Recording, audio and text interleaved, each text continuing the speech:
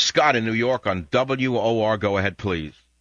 I took the train down to D.C., Dr. Savage, on Yes, Friday, and I ran into a major personality from MSNBC. We got off the train together, my wife and I and he. We were the last ones off. And I approached him. I said, "How do you do?"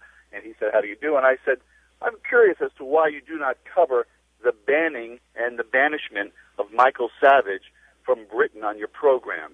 And completely flatline, as if the man had no pulse, he says to me, "Gosh, I thought that had been lifted." And I said, "No, it hasn't been lifted. And you should recognize the challenge to everybody's freedom that's taking place here because you're ignoring this and you are a member of the media." And he just said to me, "Well, gosh, I'll look into it." Well, you know what? That's a surprising answer. I'm actually thrilled to think that he's open-minded enough to look into it. Yes, the media put out a false press release saying that the ban had been lifted, and that was enough for most people. No, in fact, the government is sticking by its ban. What's interesting to me is that a murderer like Kim Jong-il is not banned from Britain.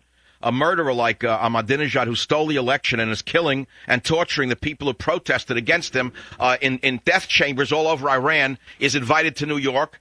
A man like Al Sharpton on a lower scale is not banned from Britain. Shall I go down the list? This is insanity.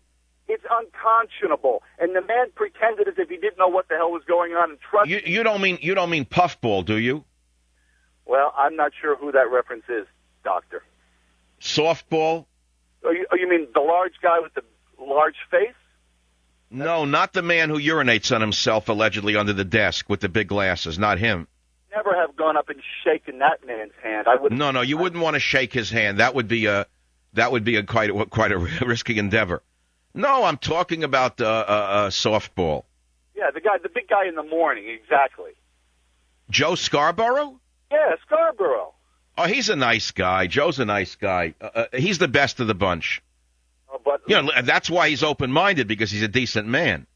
But I would never expect this from the man who urinates on himself.